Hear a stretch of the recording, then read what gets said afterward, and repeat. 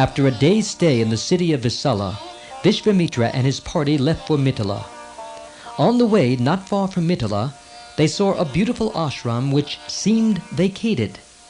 Ram asked Vishvamitra, "Whose is this ashram with ancient trees? Why does such a beautiful abode stand deserted?" Vishvamitra replied, "This ashram is subject to a curse. Sage Gautam lived here with his wife Ahalya, spending his days in peace and holy meditation. One day, during the sage's absence from the ashram, Indra, filled with unholy desire for the beautiful Ahalya, entered it disguised as Gautam and approached the lady with urgent solicitation. She was not deceived by the impersonation, but vain of her beauty and proud that it had won her the love of the Lord of the demigods, she lost her judgment and yielded to his desire.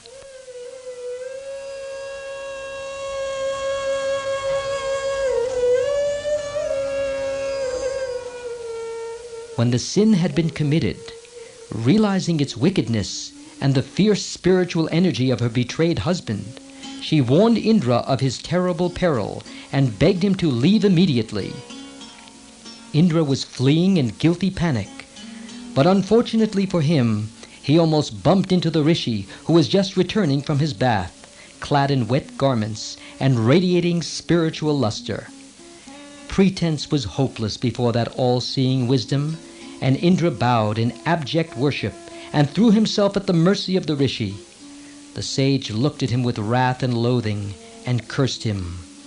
"Lustful beast as you are, dead to all truth and righteousness, may your manhood fall away from you." Indra at once became castrated and went back to the demigods in terrible shame.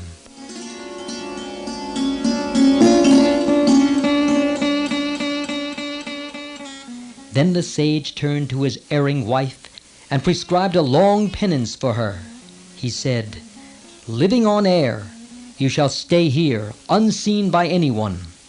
After a long time, Dasarath's son will pass this way. When he sets foot in this ashram, you will be freed from the curse. Welcome him as a guest. You will then recover your lost virtue and get back your own beauty." The sage then left his violated ashram to engage himself in austerities in the Himalaya mountains.